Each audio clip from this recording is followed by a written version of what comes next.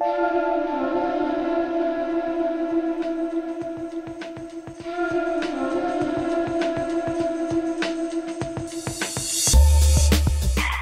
wenn wirklich am 21. Dezember die Welt untergehen würde, tja, was wäre dann? Ich glaube, ich würde nicht viel anders machen, als ich tatsächlich jetzt mache. Also, dass ich in meinem Leben jetzt eigentlich gar nicht so unzufrieden bin. Ich würde es einfach weitermachen. Ich habe ganz gute Freunde, mit denen ich Zeit verbringen würde. Ich würde meine Familie sicherlich auch nochmal unbedingt besuchen und die alle sehen wollen.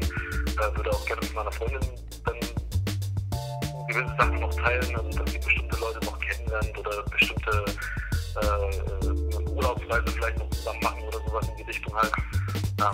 Was würde ich dann versuchen, die Zeit rumzubringen? Ich würde nichts anders machen, als ich es bisher mache. Würde auch nichts Besonderes stattfinden. Also, ich würde genau die Freunde haben, die ich auch jetzt habe und vielleicht würde ich noch nötiger eine Freundin anrufen, die ich lange nicht mehr gesprochen habe, aber das will ich sowieso tun. Und ansonsten würde sich einfach gar nichts ändern. Das Gleiche wie sonst auch. Das Schöne mit dem Tod ist, bevor man gestorben ist, lebt man und nachdem man gestorben ist, lebt man halt nicht mehr. Insofern ändert sich eigentlich nichts. Wie ein guter Freund von mir immer sagt, wir müssen alle sterben, das ist nur die Frage wann und deswegen macht es keinen Unterschied.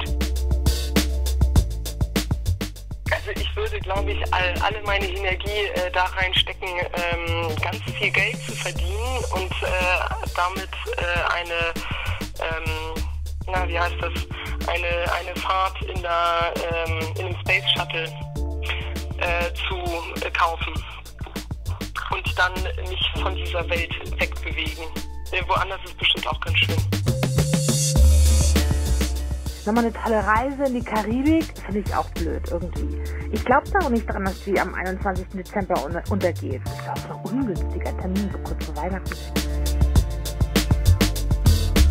Ich glaube, wenn dann am Ende mit einem großen Tamtam die Welt zu Ende gehen sollte, dann wäre es doch schön, wenn man mit denen, die einem nahestehen, irgendwie das ganze Ereignis dann auch irgendwie zusammen hinter sich bringen kann. Aber hoffen wir das Beste. Ich bin zuversichtlich, dass wir noch nicht dem Untergang geweiht sind.